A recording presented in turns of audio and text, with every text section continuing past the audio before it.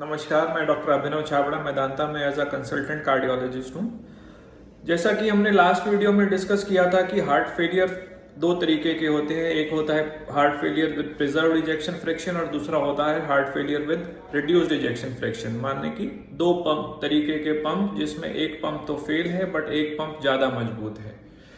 तो आज हम डिस्कस करेंगे, क्योंकि पिछली वीडियो के बाद बहुत क्वेरीज आने लगी कि ये डायस्टोलिक डिसफंक्शन क्या है, या heart failure with preserved ejection fraction, जिसका शुरुआत डायस्टोलिक डिसफंक्शन से होता है। डायस्टोलिक डिसफंक्शन, जैसा कि हमने पिछली बार डिस्कस किया, डायस्टोलिक डिसफंक्शन में हार्ट आपका स्टिफ हो जाता है। स्टिफ हार्ट के मेजरली दो एक्शन है, एक जिसमें हार्ट को कॉन्ट्रैक्ट होना है, दूसरा हार्ट को रिलैक्स होना है। अगर आपकी कॉन्ट्रैक्शन ठीक है तो आपको heart failure with reduced ejection fraction नहीं है। बट अगर आपकी कॉन्ट्रैक्शन थोड़ी सी स्टिफ हो गई है, मतलब हार्ड हो गई है, वो क्यों होती है उसके भी कारण हम डिस्कस करेंगे। अगर आपकी हार्ट जो है आपका स्टिफ हो गया है, उसे हम डायस्टोलिक डिसफंक्शन कहते हैं। फिर आता है डायस्टोलिक डिसफंक्शन के मेजरली कितने ग्रेड्स हैं। इसके 4 ग्रेड्स होते हैं। पहला ग्रेड 1 डायस्टोलिक डिसफंक्शन, जो कि मोस्टली लोगों में हम इको में देखते हैं और पढ़ते भी हैं, और लोगों की क्वेरीज आती हैं कि ये डायस्टोलिक डिसफंक्शन है ग्रेड 1, अब मेरे को क्या होगा, मैं क्या आगे मेरे को हार्ट फेलियर होने के चांसेस हैं या नहीं है।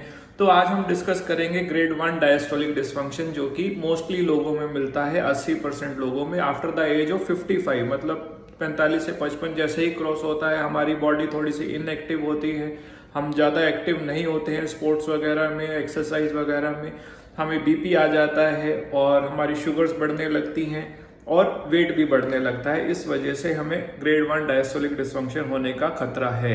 अगर वो मैं भी हूँ, अगर मैं भी 45 की एज के बाद अगर मैं अपना, या इस उम्र में भी अगर मैं अपना ध्यान नहीं रखूंगा और एक्सरसाइज वगैरह के लिए नहीं जाऊंगा, तो मेरा भी हार्ट स्टिफ होने लगेगा और ग्रेड 1 डायस्टोलिक डिसफंक्शन होने के चांसेस हैं। ग्रेड 1 डायस्टोलिक डिसफंक्शन ऐसा कोई मेजर बीमारी नहीं है, बट एक शुरुआत है। जैसे शुगर है, शुगर कोई मेजर बीमारी थोड़ी है, बट अगर शुगर को शुरुआत में कंट्रोल नहीं किया तो बाद में वो जानलेवा होती है। ऐसे ही ग्रेड 1 डायस्टोलिक डिसफंक्शन अगर हमने पहचान लिया, अगर हमने उस पर काम किया, तो ये रिवर्सिबल है, ये इरिवर्सिबल नहीं है।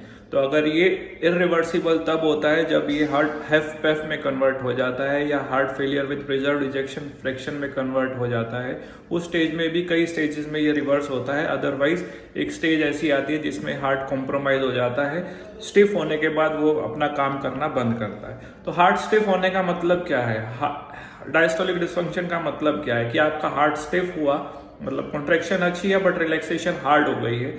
तो हार्ट कॉन्ट्रैक्ट अच्छा कर रहा है, आगे ब्लड को अच्छे से फेंक रहा है, बट जो रिलैक्सेशन में उसमें ब्लड आना है वो पूरी तरह से नहीं भरता है और वो लंग्स में इकट्ठा होने लगता है, या कह लीजिए लंग्स में पानी आने लगता है, जो कि एक्सरे में विजिबल नहीं होता है, बट पेशेंट के सिम्टम्स आने शुरू होते हैं। जैसे पेशेंट को जल्दी सांस फूल जाना, पहले वो 2 या 3 मंजिल चढ़ जाता था, बट अब उसको फास्ट चलने पे या 2 या 3 मंजिल चढ़ने में सांस फूलने लगता है। तो ये ग्रेड 1 डायस्टोलिक डिसफंक्शन की शुरुआत होती है। और इसके लिए हम क्या क्या कर सकते हैं और किन लोगों को प्रोन है, मतलब किन लोगों में ज़्यादा हो सकता है।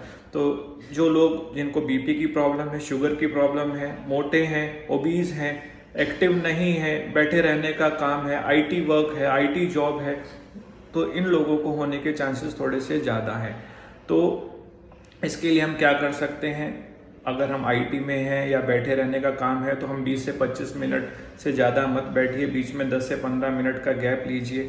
और क्या कर सकते हैं, डेली एक्सरसाइज कीजिए, 30 मिनट्स की ब्रिस्क वॉक करिए, 10 to 15 मिनट्स की कार्डियो ट्रेनिंग करिए। आपका वेट या बीएमआई 24 से ज़्यादा है तो बीएमआई को 24 से कम रखिए, बीपी को अच्छे से कंट्रोल में रखिए, नमक का परहेज करिए। तो ये हम ग्रेड 1 डायस्टोलिक डिसफंक्शन को कंट्रोल कर सकते हैं, इसे रिवर्स कर सकते हैं बेसिकली। अगर हमने इसको नहीं कंट्रोल किया तो ये ग्रेड 2 में जाएगा, 3 में जाएगा, 4 में जाएगा, फिर ये रिवर्स नहीं होगा। तो इसलिए बेटर है कि ग्रेड 1 डायस्टोलिक डिसफंक्शन को हम जल्दी से पहचानें और इसके बारे में हम आगे का इलाज शुरू करें।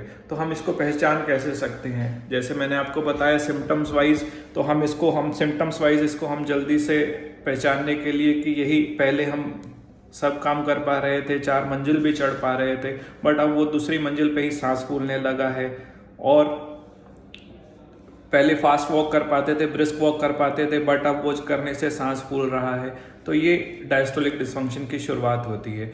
अब इसके लिए टेस्ट क्या करा सकते हैं? इसके लिए टेस्ट हम करा सकते हैं 2D इकोकार्डियोग्राफी, जिसमें कि हमें पता चलता है कि वो ग्रेड 1 डायस्टोलिक डिसफंक्शन की शुरुआत है या नहीं है।